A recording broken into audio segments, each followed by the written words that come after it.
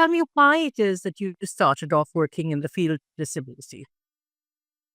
When I saw that question, I found it quite interesting. So I come from a family of persons who are in the field of helping others. My mother and grandmothers were nurses, healthcare providers, they were teachers. And so, yeah, I chose to become a psychologist though because I wanted to help people to make a difference. But when I went to UWI, my first year, I went into law. I wanted to do law.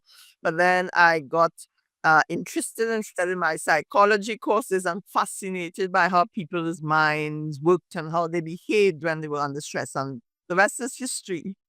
So my first interest was law because I was a history major at convent, but then I switched at the university.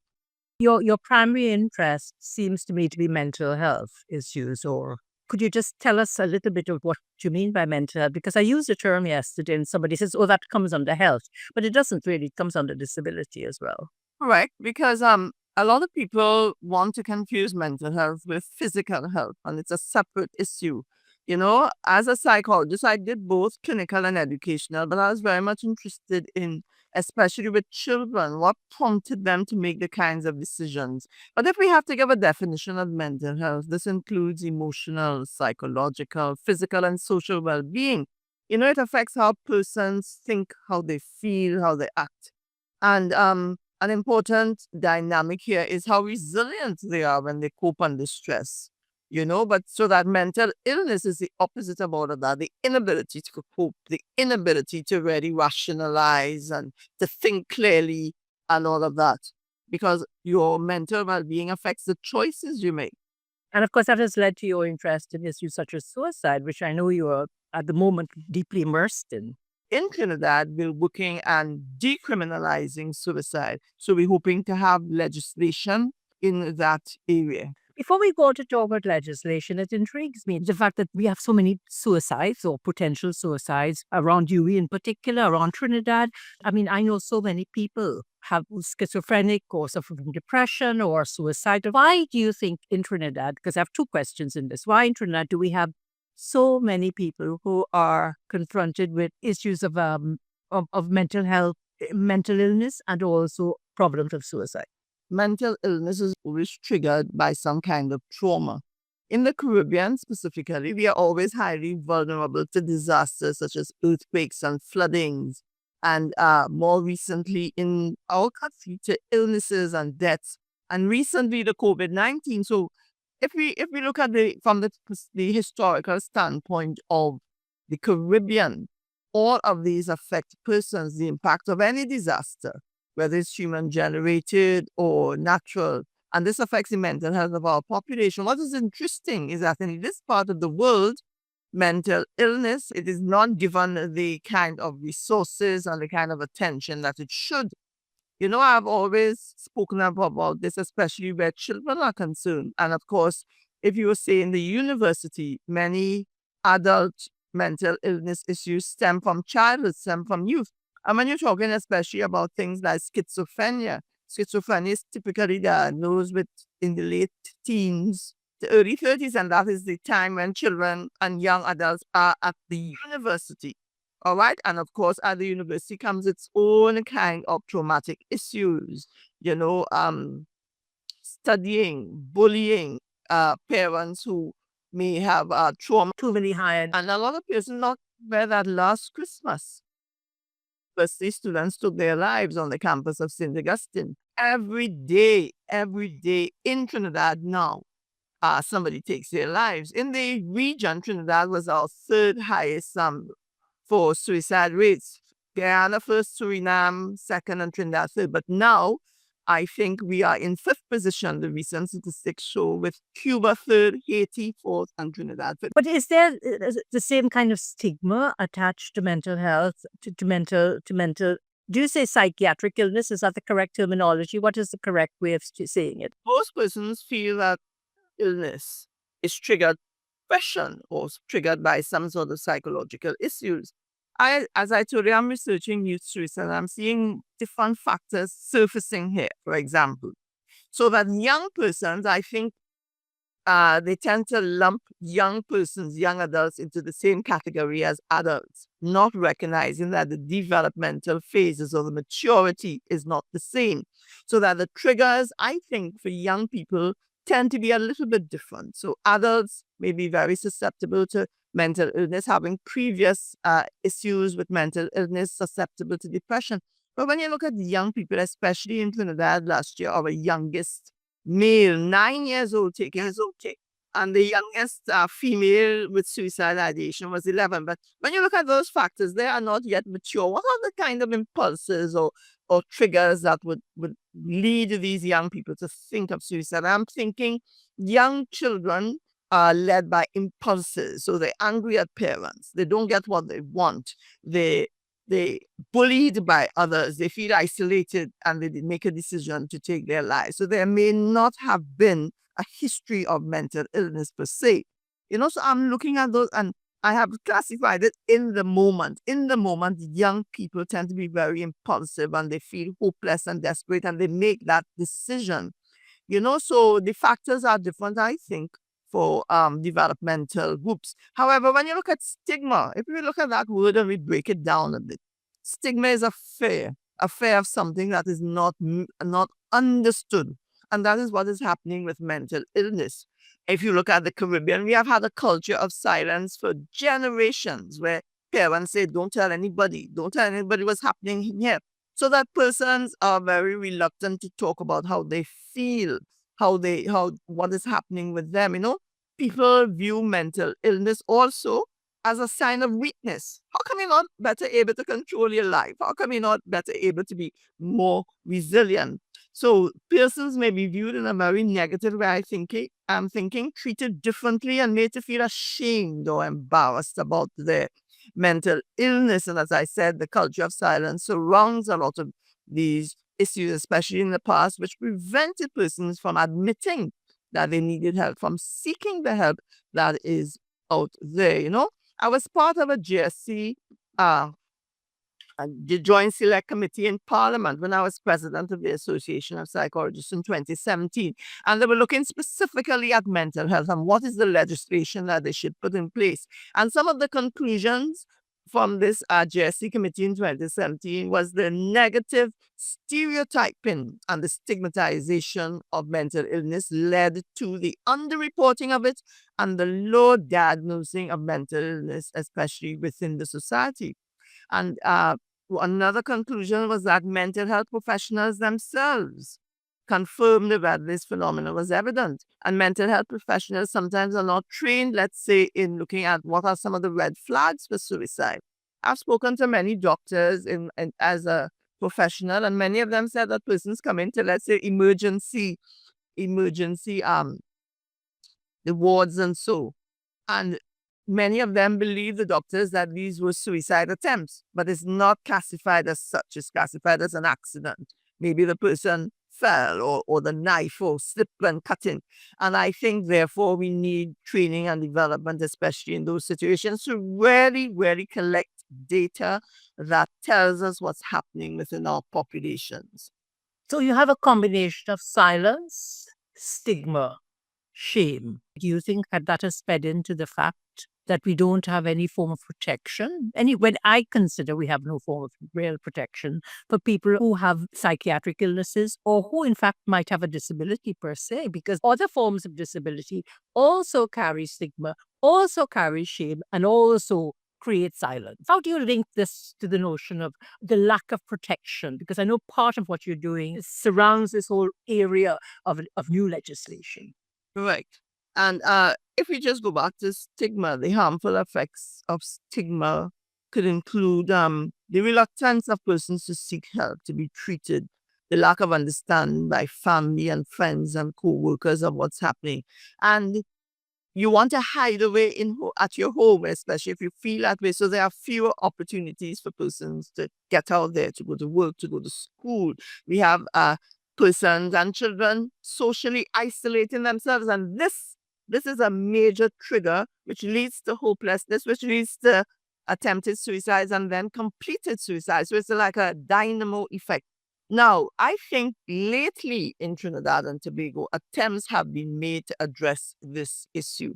So it's not under the covers, as I would say, let's say 10 to 12 years ago. From the 2017 discussion in Parliament, one of the things I had suggested was that there should be a mental health action plan for children and adolescents. Out of 38 mental care facilities in Trinidad, only one facility was for children. That's ridiculous. And many children who were diagnosed with psychiatric breakdown, schizophrenia, they were sent to the adult wards in St. Anne's, where possibly they were exposed to a further kind of Lord knows. I know. So from 2017, they introduced 4 beds at St. Anne's for adolescents, and I think 9 beds at Mount Hope Hospital. But that is not enough. We have many of our young people, and I stress on this because globally between the age groups of 15 to 29, about, let's say before COVID, that was the fourth group to take their lives, or the fourth highest group. Now in 2024, it's the second highest group to die by. So it's increasing, it's not decreasing, and people are not recognizing, I think, Jean, how serious it is. They're ignoring the red flags. They're ignoring that young people need help because, as I said, most trauma, most mental illnesses start before 14 years old. 50% of adults who suffer with mental trauma, the root is in their childhood and adolescent years. That is why it is so interesting to me, because we got to be a society that is preventative, not intervening or post-ventative when it happens. Do you think that what kind of laws do we need? If you look at, let's say, the Mental Health Act, whilst we may have a law that is trying to put things in place, it is not enforced. We have to look at, I think, two important areas as regards mental health. One, the law for disability, to regard mental health as a disability. And secondly, corporal punishment, that looks at corporal punishment in homes that is significantly not enforced or not addressed. We have to review what is happening there and put many amendments as regards those specific two areas. Because if you look at those two things, it leads to mental illness, to the increase in mental illness, etc. Let's look at, if you want to look at the laws, and I know you had asked the question, what are the laws that discriminate or target persons, etc.? And we have a Mental Health Act, Chapter 28.02, under the laws of Trinidad and Tobago, that provide for, one, the admission, the care, and the treatment of persons who are mentally ill, and for matters connected with that. What we do not have is a fair distribution of resources comes to the provision of these services, equity. But this is a pet peeve for me, Jean, because I've always, And that's a big thing at the moment, eh? so we always talk about equality and equity, mixing up the two. They're not the same. They're not. No, they're not. No. That the government there are a lot of mental health clinics there. There are people who can access services but equity means that what is happening to persons who cannot accept these, who's coming from rural areas. Something that $5 may not mean much to a lot of us, but it means a lot to the person who has to go from where he's living to a mental health clinic, to take a taxi, 3 or 4 taxis coming out of those areas. So we may have equality, we may have services, but there is no provision for equity, no provision for a fair distribution of resources. That's right. For helping those who are less able to help themselves. And especially for women, so it is recommended that this policy document, one, we have all of this this policy document must inform amendments to the Mental Health Act, the Children Act, the Children Authorities Act, and any relevant law that comes into being here. It has to guide us in expansion of facilities to provide mental health. It has to guide the strategy for the development of human resources for the treatment of adolescents and minors. We do not have persons to treat these people. We do not have persons that are intimately involved in that. We have internationally accepted standards, but as regards guiding the collection of data by relevant stakeholders in mental health, how often is that? How significant do we consider that the collection of data would help us in one, decreasing stigma, in public awareness of the issue, in addressing certain things. So basically, what you're saying is that we need additional resources, we need equity in the system, we need enactment of laws, not just laws, but we need the capacity to have those laws enacted, which is a big thing in Trinidad and Tobago. So, what do you think that we as activists, what should we be doing in terms of impending legislation or draft legislation, or in terms of sensitizing the public? What should our actions be? So, Jean, they talk a lot about what should we do, what should be done, and so. And I think the first thing has to happen to change is that stereotype surrounding mental illness and so. There's a mindset in our society that stereotypes and devalues the lives of disabled people. No one is willing to take responsibility for this until, as a society, we begin to value diversity, become willing to stand up for marginalized people because it is the right thing to do, the ethical thing to do. Then, no matter what law we have, what policy we have, nothing would help. Because when you look at law and policy, that it is looking at a particular echelon of society. Those persons dropped in the bill, those persons who are possibly into research looking at these, but what happens that filters down to the ground, the layman, the awareness of these issues, the awareness that this policy is trying to make a difference. So if we're looking at as activists, what do we need to do? The first thing is the public awareness of these. Public awareness, yes. That's a worldwide recognition of that. And I think the worldwide disability organizations have said that's the first number one for all groups. Right. And secondly, persons, I would say, helping persons with mental illness to examine what are the biases and factors and fears that prevent them from moving towards improvement in their own mental health. They are so kept back by what families would think, by what their colleagues on the work would think, by what persons would think about if they were to address their mental health issues. So we have to, in the public awareness program, address those implicit biases that come from the home, those factors that prevent people from seeking help for fear of exposing their weakness, if we were to put it in inverted commas. As activists, as I said before, we need to provide more training and development for mental care providers, for social workers, for persons who interact with these groups of persons with mental illness. Something I found while I was working with this population, they need to understand the background and the culture and the belief systems of persons with mental illness. Look at what is the ecological context, because it is a fact that certain ethnic groups in our society take their lives at a greater rate than other ethnic groups. Which ethnic group is this? Or which ethnic groups? The East Indians. And I think it's because if we look back to how society was before, when there was this family connect, and if you look at the East Indian families where they were extended families, 4 or 5 houses in one backyard, and persons connected, now there is a social disconnect in our society. A social disconnect that leads to hopelessness, that makes you feel that you're isolated, nobody cares, nobody listens, and so. And amongst, for me, the East Indian population, especially among the young persons, especially males tend to take their lives, and because amongst the young population now, another factor that is overlooked are the LGBTQ factors in the society, that again, nobody wants to address, nobody wants to talk about, that exist in families. So when people feel socially isolated, when they feel nobody is listening, when they feel society doesn't care, and that is a dynamic that comes up because I asked over the last week, I asked a couple of clients, especially one person, why are you in the hospital so often? She was referred to me after 4 suicide attempts. She said, I feel that society has failed me.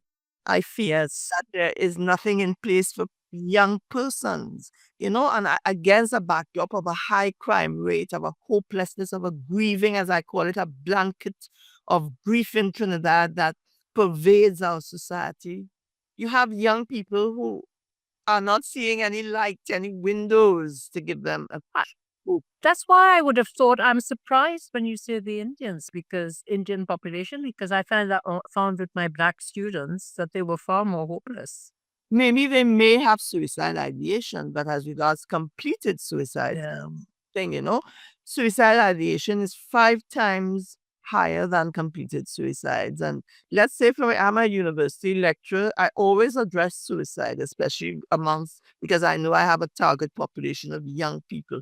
And Jean, you will believe more than 60% of them, it could be higher, think of suicide from time to time. The suicidal ideation is very high, and amongst that group, you may have maybe about 2 or 3% of them completing suicide, which is again very high.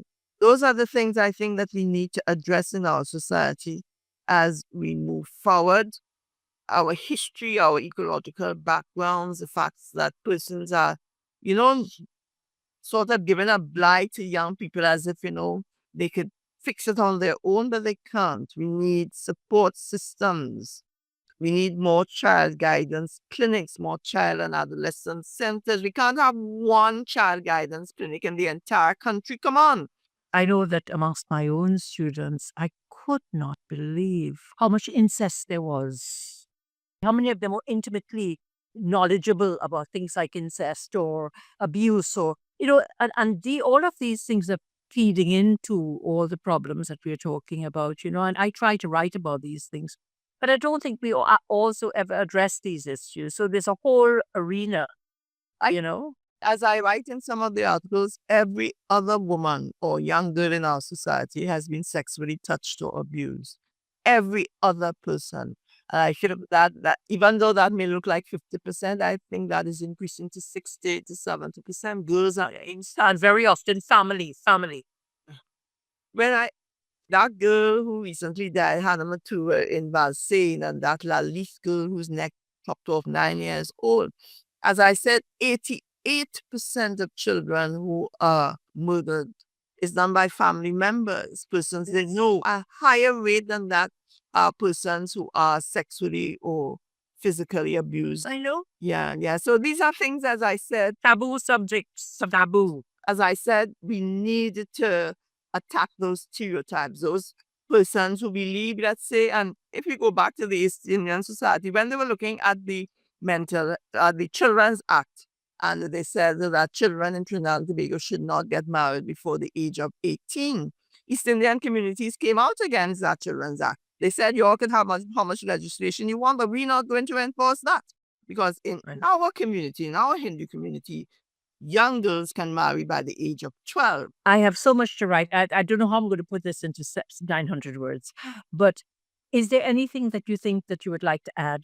My main concern really is, as you said there's nothing with non-intellectual disabilities, and we do not understand these issues, I think, even as educators, even as teachers in the system. When children show certain weaknesses or deficiencies, the first thing they say is, you're not trying hard enough. Or, No. they don't understand. Even I have a big barrier with the Ministry of Education when I do assessments for children with disabilities, I do not think that a lot of those who do assessments understand really what needs to happen with children, which is why we have such a backlog of children waiting to be assessed 2 and 3 years, and many of these children drop out of the system. Last November, imagine our Minister of Education came on radio to say that 100 children in primary school between September to November had left primary school, and 300 secondary school students. And you have that kind of data of children leaving because of feeling as if they belong in a school, they're intellectual disabilities. And there is nothing to back up that data as regards solutions way forward. And so I was really disappointed in that's why I'm saying that, yes, why we talk about it, because I have all of these laws, all of these policies, but if there is no follow-up, if there are no interventionist procedures at the moment or prevention before it happens, a lot of our learning challenges and problems in the schools stem from the learning challenges and disabilities of our students. And as I said before, principals, refusing to allow children into their schools because of their disabilities. That is the worst thing ever, So again, a lack of understanding, Jean, a lack of acceptance of what we have here, not addressing the stereotypes, not addressing the cultural barriers to advocacy and all of these things, I think needs to happen. I think Trinidad is ripe for legislation to happen where disability is concerned. Yes, but and I'm going to close here because this is another conversation. The whole problem, as I've discovered being on the LAT group, is that we pussyfoot around our legislators and our politicians. What I'm constantly hearing is, oh, if you make too much noise, they mightn't enact anything at all. That's it. Well, That's we asked the word about activism. Yeah, that's one of the questions when you asked me. I said we cannot be silent on issues. We cannot, as activists, we have to be very forward in our thinking. We have to really examine what are the biases, and so we have to be willing to take responsibility for And action. yes. And action. Because it is a right, we have to be willing to stand up for disability and marginalized groups. We have to be.